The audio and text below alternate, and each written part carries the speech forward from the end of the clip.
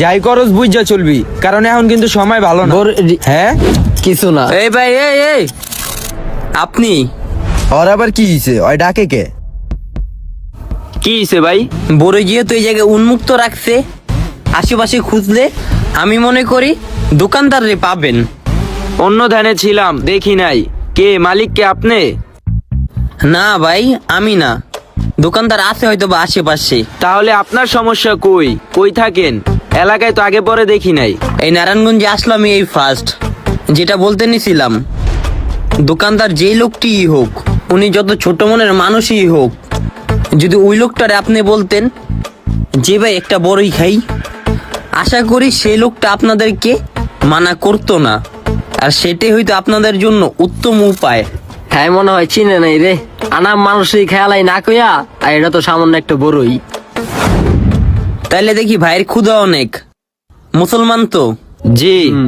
জান্নাত জাহান্নাম বিশ্বাস করেন তো? হ কেয়ামত তো বিশ্বাস করেন? হ করি। ওই পরকালে যেদিন হিসাব নেওয়া হইব, ওই দিন সব হিসাব দিয়া বেঁচে যাইবেন।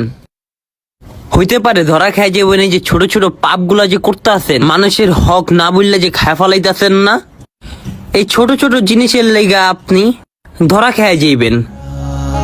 দেখতে দেখা যায় এগুলো ছোট পাপ, কিন্তু এই ছোট পাপগুলা অনেক বড় ইফেক্ট ফলাইব।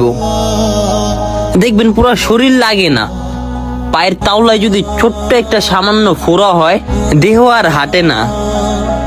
তাই এই ছোট ছোট অভ্যাস যদি বাদ না দেন আপনারা, দুনিয়াতে কোনো ক্ষতি হইব না।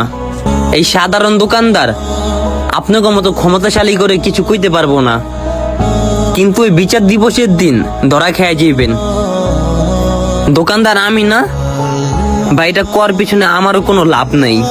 আপনি মুসলমান, আমি একজন মুসলমান, আমার দায়িত্ব আপনার আমি নসিহত করি, আপনার আমি এই জিনিসগুলো জানাই। ভাই আমার ভুলগুলো ক্ষমা দৃষ্টিতে দেখবেন, আচ্ছা ঠিক আছে। দোয়া করবেন ভাই। ঠিক আছে ভাই, আসি।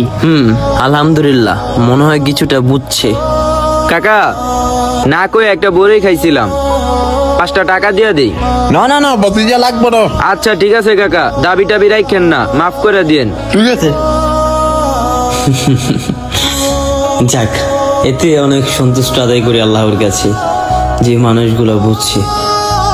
আমি আশাবাদী আপনারাও বুঝবেন, আমার জন্য দোয়া করবেন, আপনাদের জন্য দোয়া থাকলো।